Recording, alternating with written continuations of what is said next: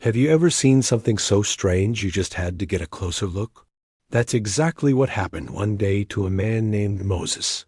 He was out in the desert, a huge, quiet, sandy place, taking care of his father-in-law's sheep. It was just another ordinary day, or so he thought. The sun was hot. The sheep were munching on what little grass they could find, and Moses was probably thinking about what to have for dinner. Suddenly, something caught his eye. Over on a nearby mountain, Mount Horeb, there was a bush on fire. Now, in a hot, dry desert, a fire isn't that unusual. But this fire was different. Moses squinted, trying to see it better. The flames were dancing and flickering, bright orange and yellow against the dull brown of the mountain. But the bush, it wasn't burning up. The leaves weren't turning to ash. The branches weren't becoming black sticks. The bush was on fire, but it was perfectly fine. Moses thought to himself, "What is that? A bush is on fire, but it's not burning? I have to see this." He left his sheep and started walking towards the strange sight. His heart probably started beating a little faster. Was it a trick of the light? Was the sun playing games with his eyes? The closer he got, the clearer it became. This was real. A bush was completely engulfed in flames, yet it remained green and alive. It was impossible, but it was happening right in front of him.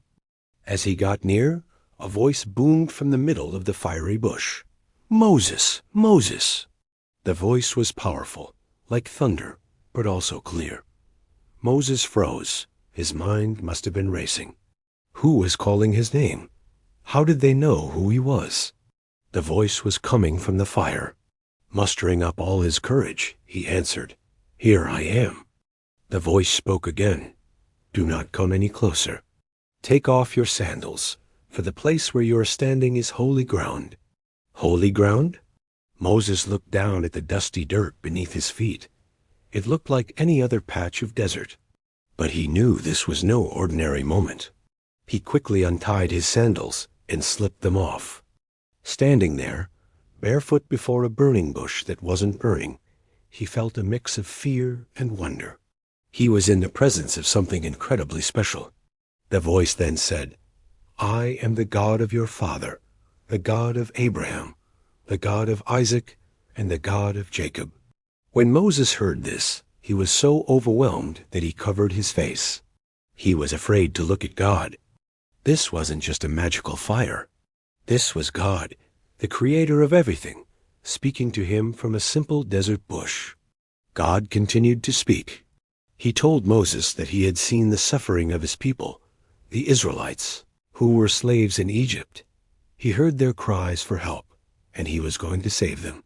And then God gave Moses a job, a huge, life-changing job. "So now go," God said. "I am sending you to Pharaoh to bring my people the Israelites out of Egypt." Moses was shocked. Him? A simple shepherd? Go up against the most powerful king in the world? He thought, "Who am I to do that? I'm nobody special. I'm not a leader. I'm not even a good speaker." He told God all his doubts. He said, "What if they don't believe me? What if they don't listen?" But God was patient.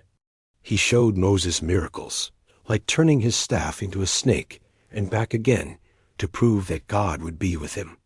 God promised Moses that he wouldn't be alone.